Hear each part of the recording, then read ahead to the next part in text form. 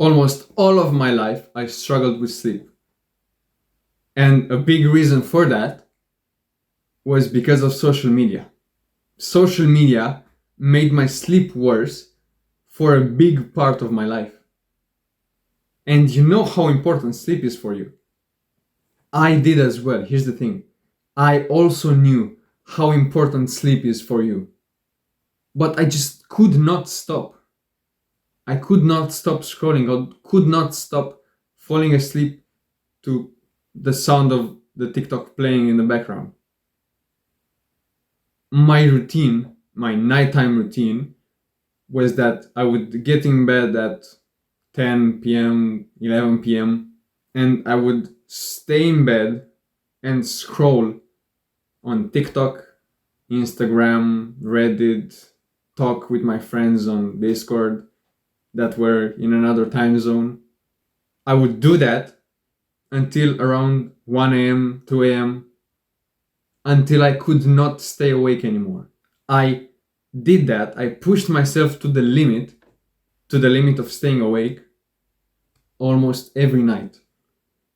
And because I was falling asleep at 1 a.m., 2 a.m., and I had to wake up at 6 a.m. because of school, I started looking like a walking zombie. Think of the person that sleeps 4 hours a night and falls asleep to the light of his phone. You wouldn't think that he looks masculine, he looks muscular, he has an attractive face. He looks like a zombie. It feels like his skin could just get pulled off. He has those dark spots under his eyes. I did as well.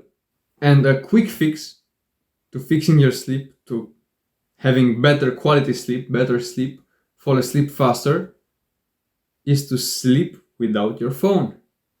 I started implementing this not that long ago, and I saw my sleep quality first. My sleep quality got insanely better, and the amount of sleep I would get. Because if I got in bed at 10 p.m., I would have no reason to be awake. I would eventually fall asleep. It could take an hour. But I spent that hour trying to fall asleep. So how do you do this? How do you not sleep without your phone? The first thing I did was that I stopped charging my phone near my bed, on the night's end near my bed. I started charging it on that thing over there. And you see there is a bit of space between my bed and that thing. I would have to get out of bed, physically get out of bed to reach my phone. And that stopped me from taking the phone. And sleeping with your phone near your head is bad for two reasons. One, it makes you check the time. And two, it makes it easier for you to grab it, to genuinely grab it. And the first bad thing is checking time. The worst thing you should do when trying to fall asleep is to check the time and see for how long you've been awake and for how long you've been trying to fall asleep. That disrupts your sleep, one, and two, makes you want to open the phone and keep scrolling because you are already holding the phone and it's already lit up and you already destroyed your eyes with that blue light. So I might as well. And I made a habit of going to bed and grabbing my phone while trying to fall asleep. And it was bad because I also made a habit that when I could not fall asleep, let's say one night I didn't want to be on my phone and I wanted to sleep. And when I had those nights and I could not fall asleep, my brain was shouting at me, grab your phone, grab your phone. What if that person messaged you? What if you get and that made me not fall asleep. And let's not talk about the blue light. You know, blue light is bad for you, especially when you try to fall asleep. And you know, phones emit a ton of blue light. So try to remove this habit of when you can't fall asleep, you go and grab your phone. it's bad for you in every single possible way. The second thing I did that helped me not use the phone before bed and helped me make my sleep better was that I tried to limit phone usage 1 hour or half an hour before bedtime. I did this because I thought if I did not use my phone, I would have less reasons to open it. I would have less reasons to go in it and check the messages. I did not have, I would not respond to a person and then I would get the notification and I would disrupt my attention again. I just responded and I forgot about my phone. If you spend less time on your phone, you'll have less reasons to get distracted. And think of it, who is that important to get a response that late? And who is that important that you would put over your sleep, over your health? Just think of it. And another thing I have to tell you is that your attention is not working the way you think. And if you're there just before bed checking the messages and responding to a message, your mind is not there. You might think that, oh, you check the message, you send it, and you close the phone and you don't think of it again. And you're back to doing the nighttime routine. No, your attention will be stolen for more than 30 minutes after responding to that message.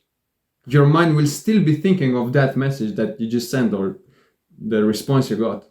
And if you get bad moods just before going to bed, you will see that, not you will see, your sleep quality will be a lot worse. Just because you got into a bad mood, it will affect your sleep quality. And you don't feel the sleep quality, you're just there.